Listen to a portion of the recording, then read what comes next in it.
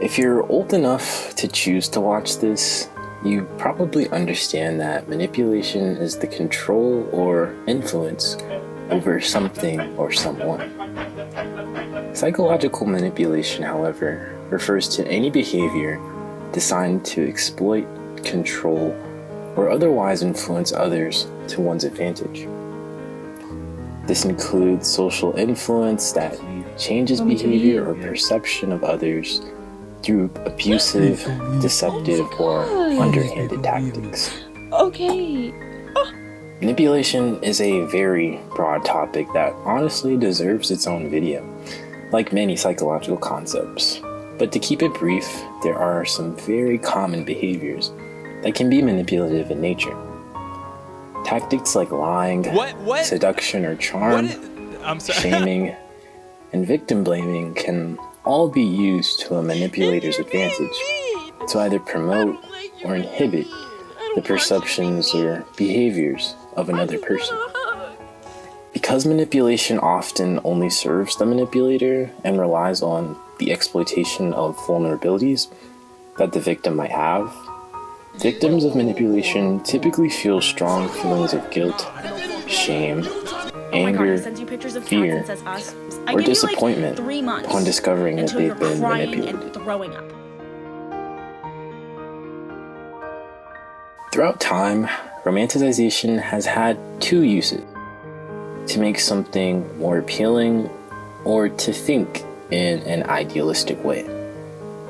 The modern definitions of romanticization are very similar and emphasize portraying someone or something in a very attractive way. Romanticization doesn't just apply to making a romance more attractive. As the word might imply, anything can be romanticized, including stress, toxic relationships, and mental disorders. In truth, any part of human existence can be romanticized or be made to appear in a more attractive manner, like the tragic death of a family member, or even mundane tasks like working an office job.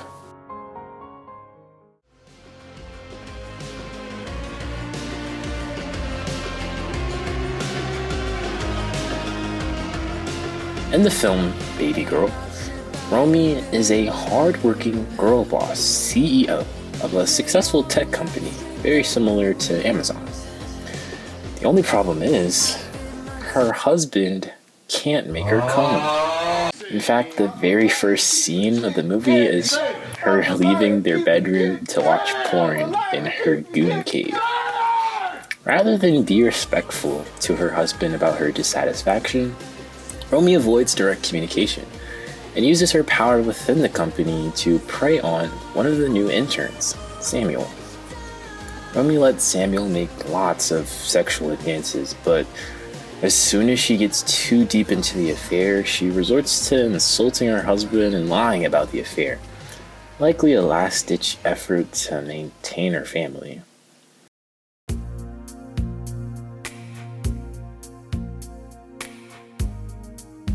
Samuel uses charm and other manipulative tactics to get a casual sexual relationship with Romy. During the affair, Samuel threatens to ruin Romy's career and family if she doesn't comply with all of his demands. Samuel also deceives his current girlfriend, who works as Romy's assistant, neglecting to consider how the affair could emotionally impact Romy's husband or his own girlfriend.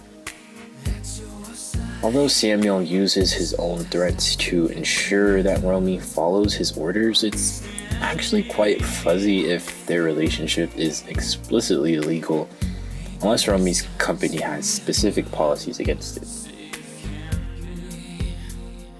Freedom of speech, although seemingly fleeting, allows movies like these to exist and present unlikely scenarios. Except movies are inherently an impressionable medium that will inevitably create unrealistic expectations for certain viewers. Romy isn't honest about her sexual needs, which makes having an affair seem more appealing. Thankfully for her, she has a borderline cuck of a husband who didn't feel a single shred of ill will towards her for lying and cheating. Call me immature or ignorant, or say I don't have the same perspective because they're old or want to keep the family together, whatever. It doesn't change the fact that at the end of this movie, Romy and Samuel do a bunch of morally reprehensible things and practically face no consequences. At the end of the film, Romy is having makeup sex with her husband for the first time since her affair. In fact, this is the first time her husband has seemingly brought her to orgasm. Herein lies the dangers of romanticization. Rather than depict this morally gray scenario for what it might actually be, Romy gets to successfully have an affair. Samuel seemingly gets exactly what he wants and leaves for Japan. And Romy's husband is essentially the cuck with a heart of gold who has to deal with a manipulating wife till the end of time. Not only does this ending make me disgusted, but it secretly implies something more sinister. That this is actually the norm. My original title for this video was gonna be like, this video made me an incel. But to be honest, there's other reasons for that.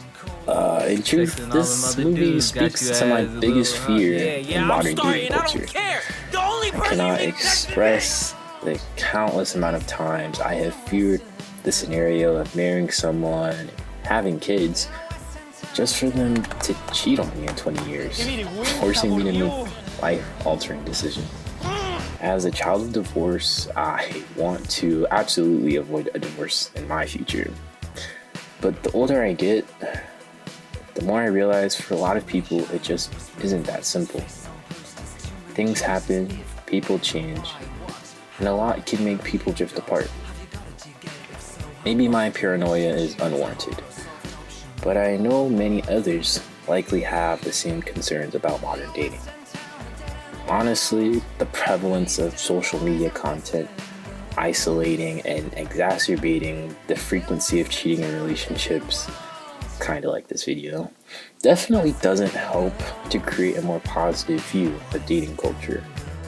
And the rise of social identities like incels and femcels only serves to worsen the perceptions of modern dating for those naive enough to believe that everything they see on a phone or screen is emblematic of real-life scenarios.